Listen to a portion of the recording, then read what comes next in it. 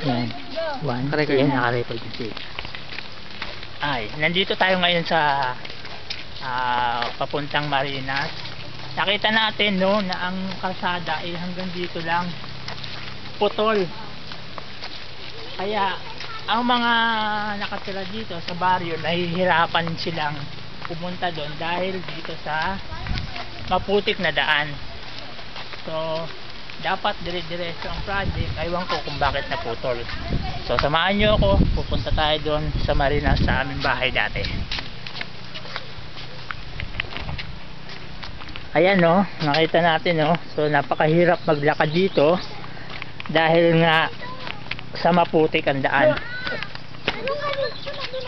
So dahan-dahan po. Ito po kami ngayon. Ayan. Kaya? Ay.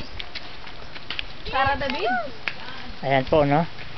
At titignan natin. Kasi magdandahan lang kasi.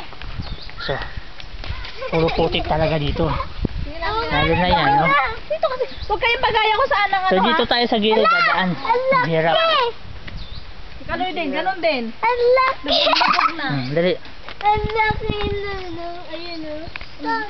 Basta, laki na dun. Sige, doon na lang magbugas. Ayun ang laki. Ayan ang putik. Yan mo. Yan ang ulo eh. Magbugas mo kahit hindi. Yan mo, laki. Nakita nyo kung gaanong Ayun o. mahirap dito dumaan. Kahit sasakyan po hindi na nakakadaan dito. Ayun o. Laki! Kalabaw! Laki kalabaw.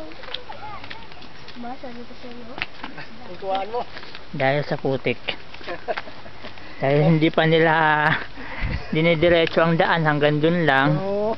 So kailangan natin tawagan ang ating mga pinauukulan at diretso dahil nahirapan ng mga taga-baryo.